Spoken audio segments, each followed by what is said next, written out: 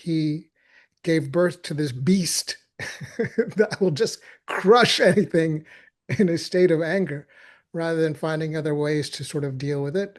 But that was so fun to watch as a kid, is like, yeah, don't make me angry. You wouldn't like me angry. And then he like me when I'm angry. And then he just like breaks everything down and destroys everything and like brute force to reconcile any problems. And as a kid, that's just fun, so fun to watch. My son literally is like, "Don't make me angry, Dad. You wouldn't like me when I'm angry."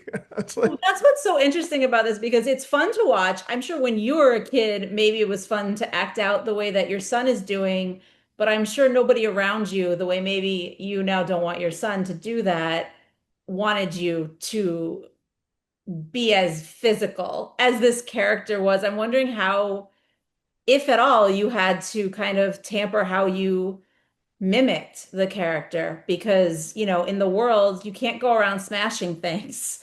yeah, Like I'm wondering I guess if the show, like, oh, if there was a lesson in the show that you almost had to unlearn because you can't be the Hulk in the real world. I couldn't really be the Hulk in the real world, but I just felt like, you know,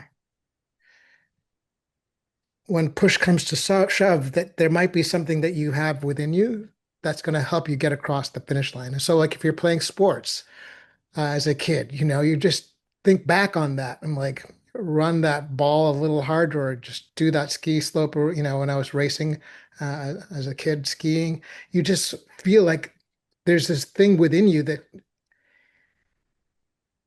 that's going to help you get what you need to get done if you can just tap into it.